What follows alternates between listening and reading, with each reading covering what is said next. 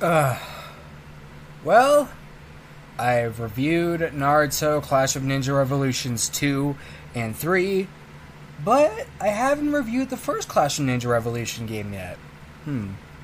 Weird.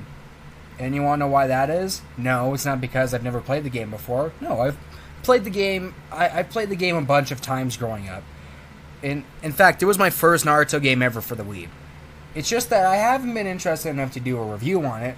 But here it is, guys. Here is my review on Naruto Clash of Ninja Revolution. Here's my review on the first Clash of Ninja Revolution game.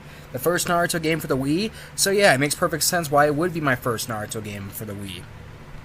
And I'm also sure that this was probably my second Naruto video game ever, only being behind Clash of Ninja 1 for the GameCube.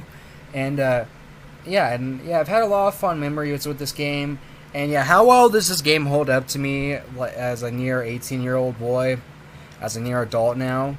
Well, let's find out. Okay, here's the review. Okay, so at the beginning of the game, the game starts off by giving you an intro that has its own original music along with a bunch of muted clips from the anime, and those muted clips from the animated show give you clips like showing you what characters are in the game, showing you some action scenes that are in the original Naruto show, and it gives you a bunch of scenes, gives you a bunch of characters, and yeah, that's the start of the game. I'd say that's a good start in my opinion.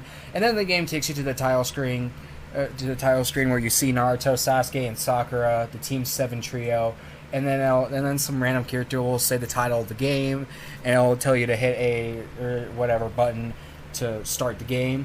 And yeah, once you start the game, a female Naruto character will pop up on the menu, and it'll either be Sakura, Hinata, Tamari, or Tenten.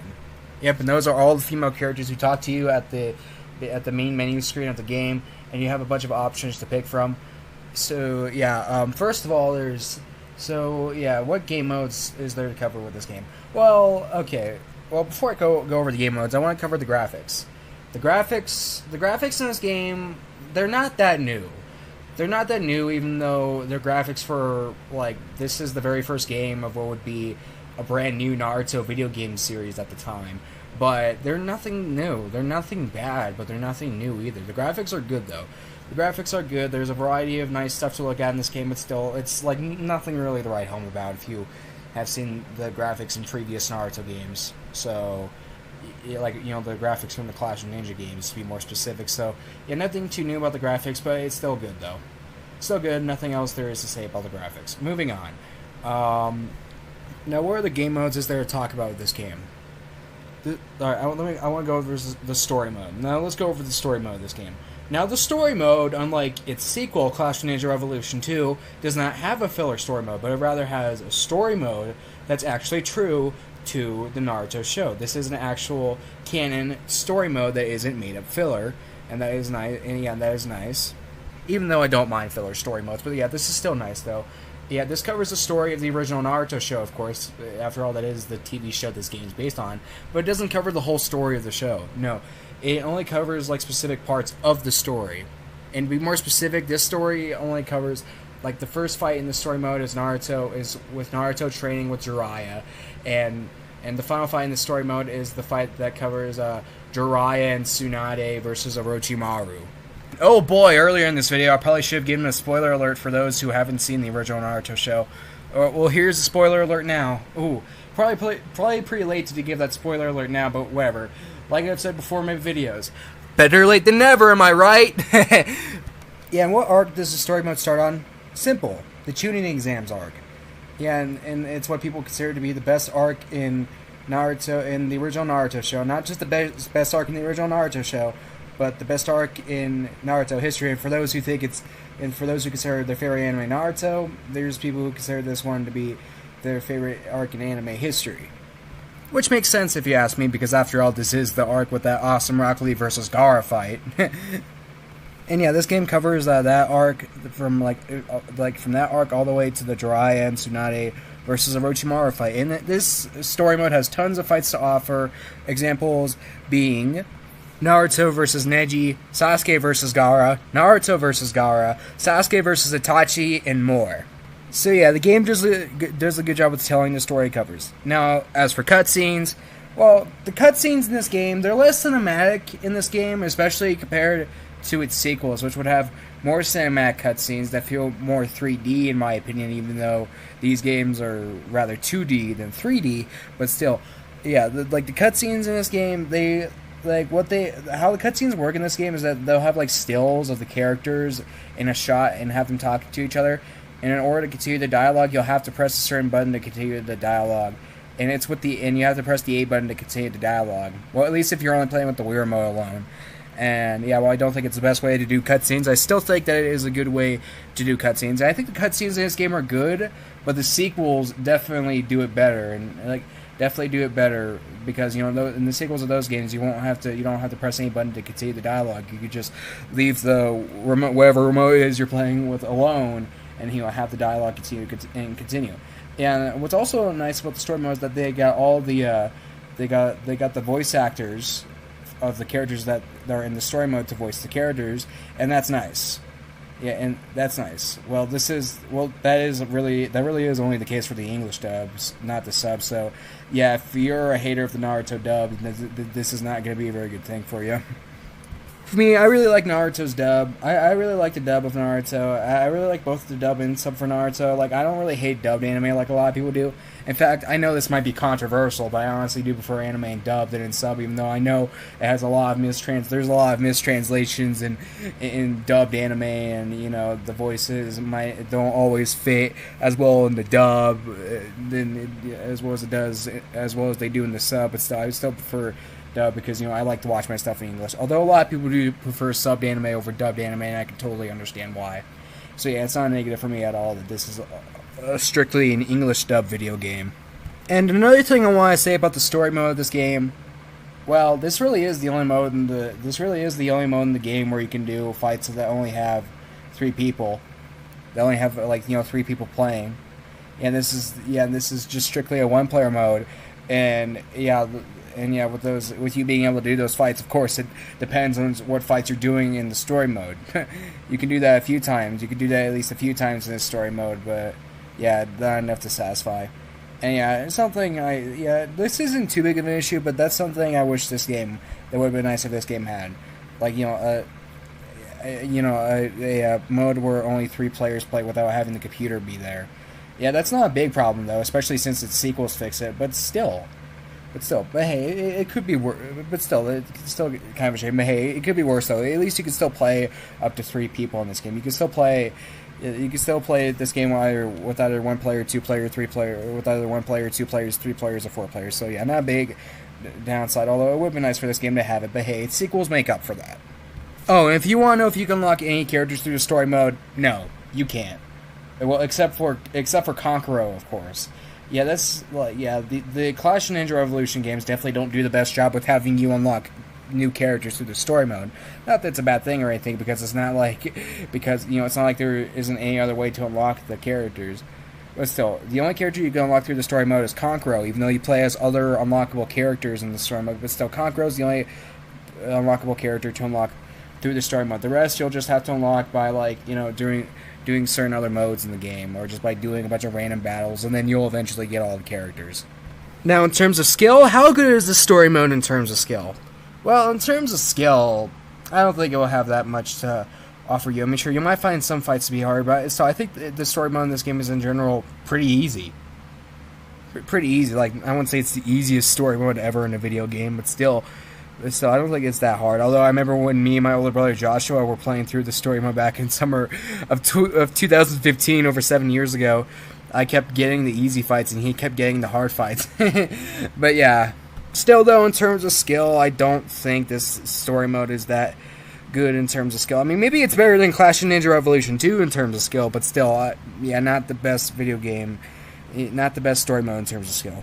So yeah, how good is the story mode overall? Well, it's not the most accurate story mode in a Naruto game, but it's still a really good story mode though. It's enjoyable to play. It does a good job with capturing the stuff. It does a good job with with covering the stuff it covers, and it's nice to play through. And it's a nice canon story mode that isn't a filler story mode, unlike in Revolution 2.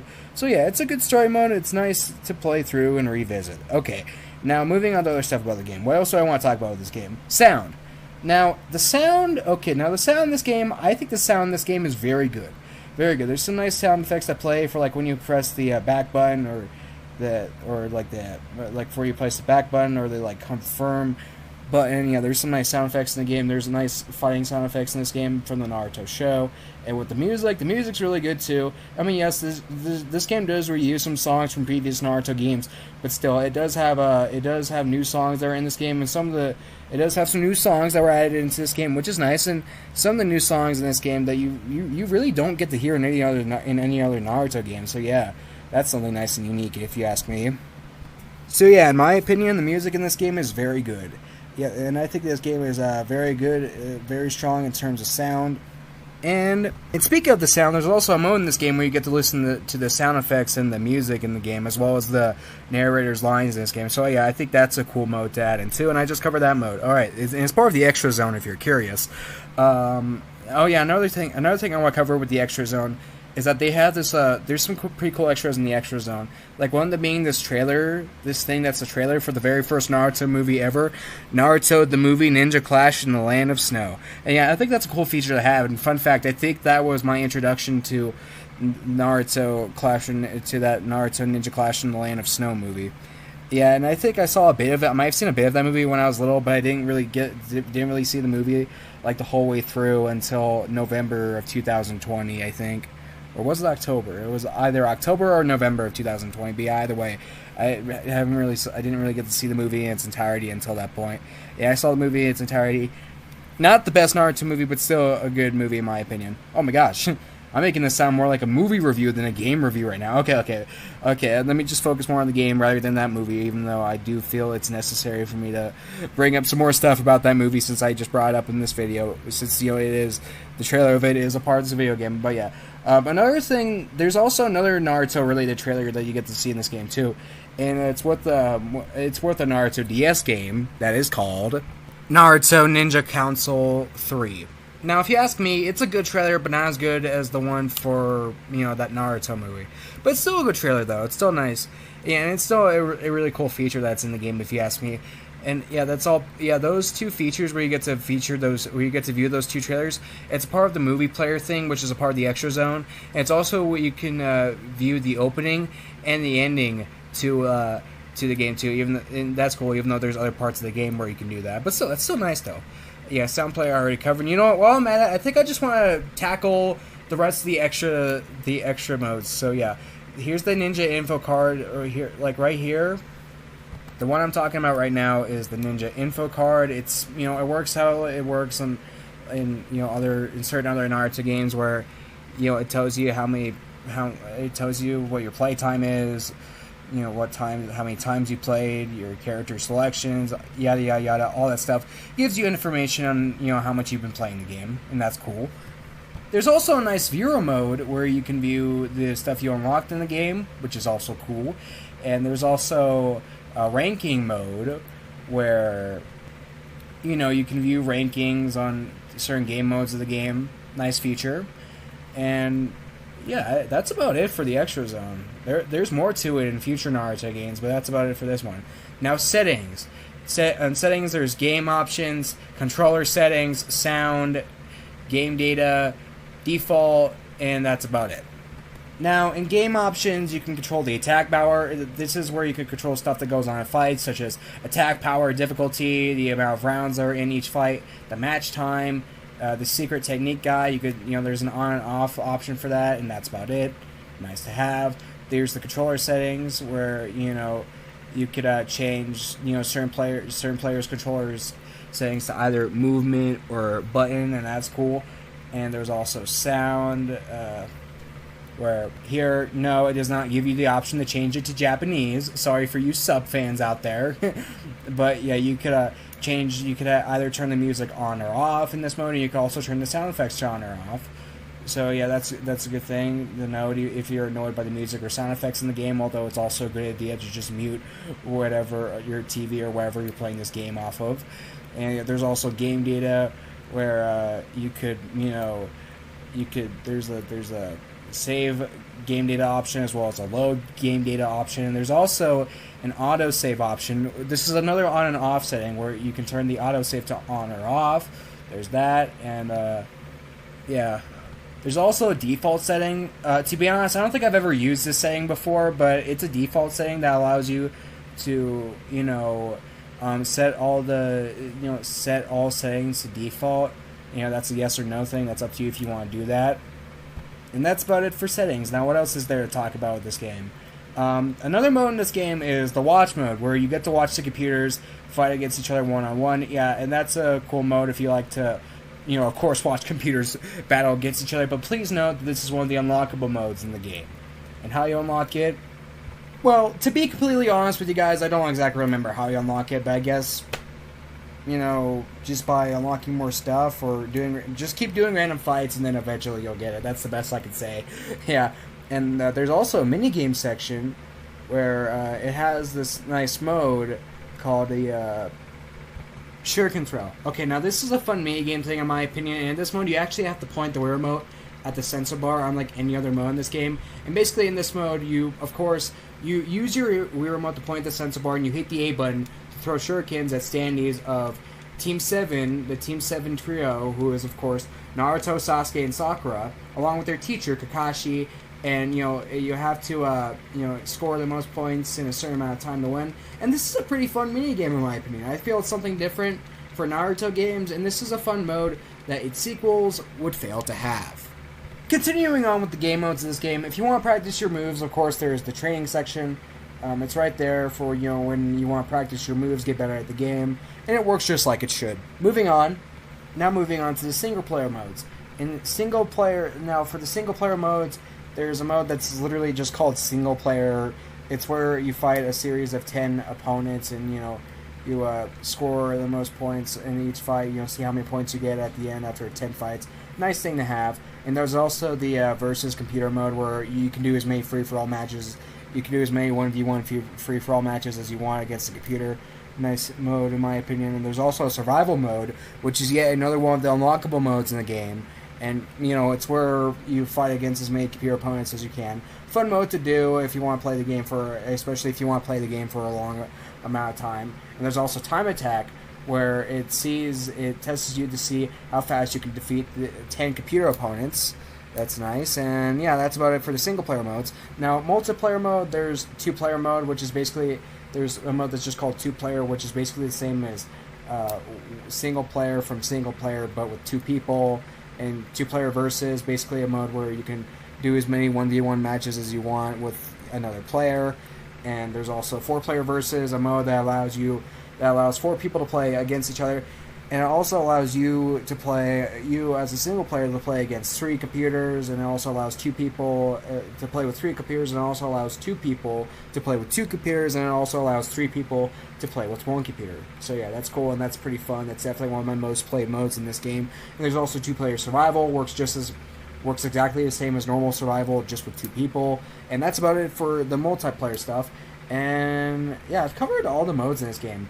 But I want to be more specific with the controls of this game. How well does this game work with controls? Well, it works pretty well with the controls. The controls are simple, easy to understand, and they work fine. Now, what controllers are available for this game?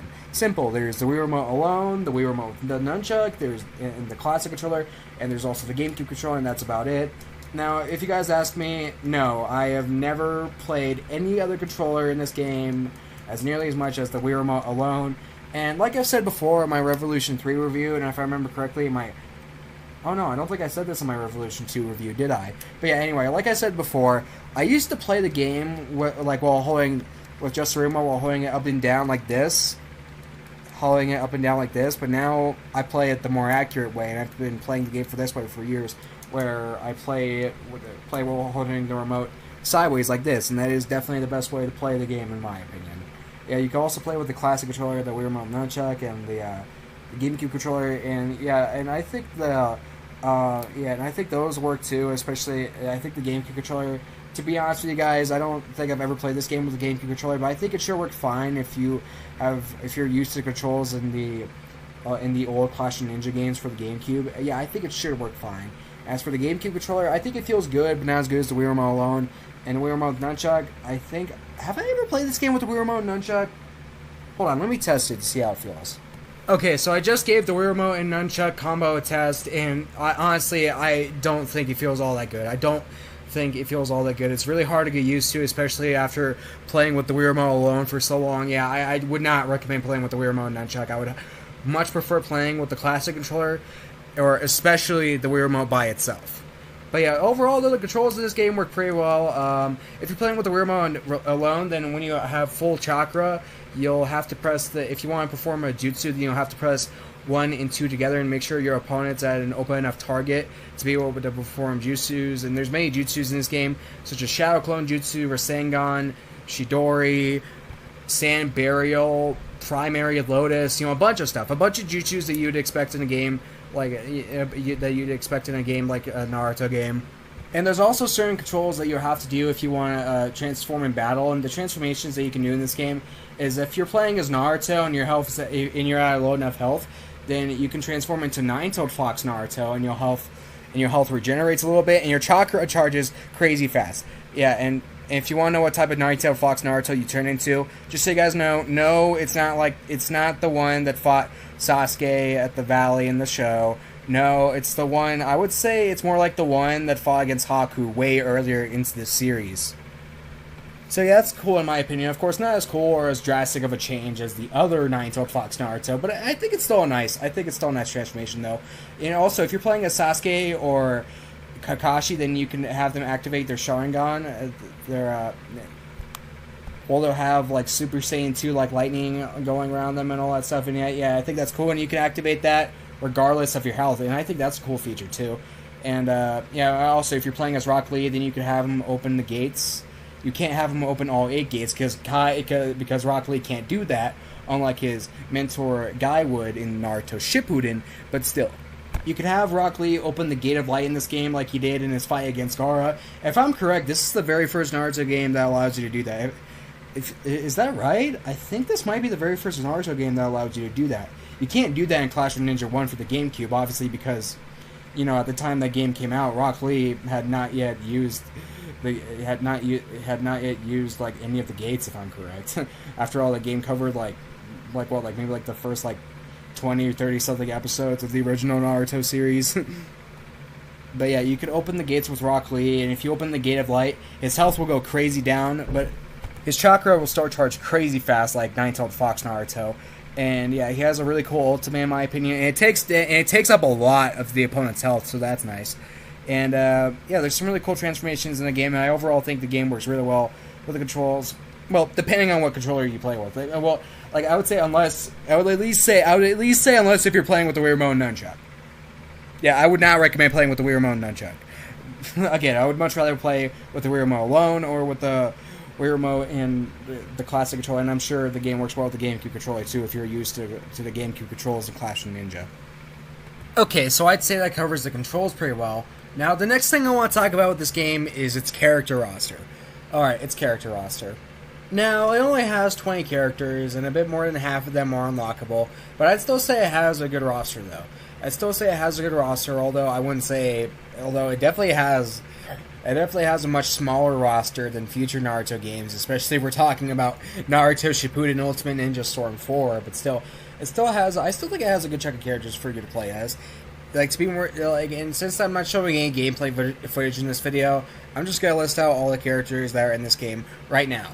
Guy, Kakashi, Hinata, Tenten, Sasuke, Naruto, Sakura, Ino, Rock Lee, Neji, Shikamaru, Shino, Tsunade, Jiraiya, Itachi, Gaara, Tamari, Orochimaru, Kisame, and this character who I talked about earlier, Kankuro. And that's about it. Those are all the characters in this game. And yeah, I'd still say it has a good chunk of characters to pick from, even though there's only 20 characters in the game. Although there are some characters that are missing from this game, though, such as Choji and Kiba. Why weren't they in the game? They definitely existed. They were definitely seen in the Naruto series when this game came out, and they showed some importance. So yeah, why weren't they in this game? Weird. Weird, but hey, it's something that the sequels to this game would fix. With Revolution 2 and Revolution 3. So yeah, my review on the character roster. Overall, I definitely wouldn't say... It's definitely not the best character roster I've ever seen in a Naruto game.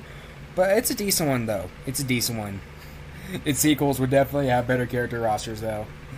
Oh man, they'd have a lot more characters in those games. But still, this character roster is decent. Yeah, and overall, how much does this game... Like, for a Naruto game, how much... How good does this game... How good of a job does this game do with capturing the feels of Naruto? Well, it does feel like a Naruto game, and it gets some things accurately. And yeah, I think it's a good enough Naruto game. I think it's an accurate enough Naruto game. It does a good job with its story, its characters, its costumes, its stages, and yeah, overall it's a good Naruto game that does a good job with capturing the feel of Naruto and overall making it an enjoyable enough game for fans. So yeah, I would say this game overall does a good job with capturing the Naruto-ness by getting like the story, jutsus, all that stuff, right? So yeah, now at this point in the video, I think I want to jump into the conclusion. Okay, so how good do I think this game is as a Naruto game? Okay, how good of a game is this? Well, I've really enjoyed this game as a little kid, and as a near adult, how well does it hold up now? Well, I'd still say it's really good. It's a really enjoyable game. It was a really good start for the Naruto Wii games. Would I say it's the best Naruto game ever? Definitely not. Definitely not. In fact, I don't think there's much reason to get this game. I don't think there's much reason to get this game if you have Revolution 2, which in my opinion does almost everything better than Revolution 1. I mean, after all, it's a video game sequel after all, and video game sequels at the end of the day are supposed to do everything better than the original, so no surprise. So, and I think Revolution 2 does almost everything better than Revolution 1, so yeah, I definitely wouldn't recommend getting Revolution 1 if you have Revolution 2. Maybe unless if you like really value a Naruto game with a story mode that actually covers the story of Naruto and not just have its own game filler story mode, which is what Revolution 2 did. And it seems like a lot of people prefer Revolution 1 over Revolution 2 for actually having a canon Naruto story mode that's actually accurate to the Naruto show and not just following its own filler story mode, and thus adding in game-only filler characters like Bondo and Kagura. And another exception I would maybe say is unless you really value that Shuriken minigame I was talking about earlier with this game. Because like I said, at least with my experience of the Naruto games, I have not yet seen any other Naruto game that has a fun minigame like that. Still though, I really don't think this game's that worthy of buying if you have Revolution 2. If you have Revolution 2, I would rather just skip this game and just, get a different game instead, buy something else instead. But still, no hate on this game though. This is a good Naruto game. I don't really have that many negatives with it. I mean, sure, there's some minor negatives about this game, and I stated what those negatives are in this video. But still, I still think this is a good Naruto game. It's a really good Naruto game and something for Naruto fans. And how would I rate it on a scale of 1 to 10? I'd give it an 8 out of 10. I'd give it an 8 out of 10. I don't think I'd give it a great score compared to other Naruto games. And yes, I know by the school grade stuff, 8 out of 10 means good, not great. But for my review scale, 8 out of 10 means 8 out of 10 means great. And if you want to know how my review grading scale works, there will be a link in the description down below that has a video that explains how my review grading scale works. I made that video over a couple months ago. So yeah, and I think 8 out of 10 means great. And I'd say overall, that this game, it is overall a great game. A great game. Sure, not that great of a game compared to its sequels, but it's still a good game though. Yeah, but still though, I'd rather get Revolution 2 than this. But still though, I still think this is a really good Naruto game, and with all that being said, I'm going to end this long review video from here, guys. Okay, so yeah, that's about it for this review video, guys. Bye, everyone, and thank you all for watching this video.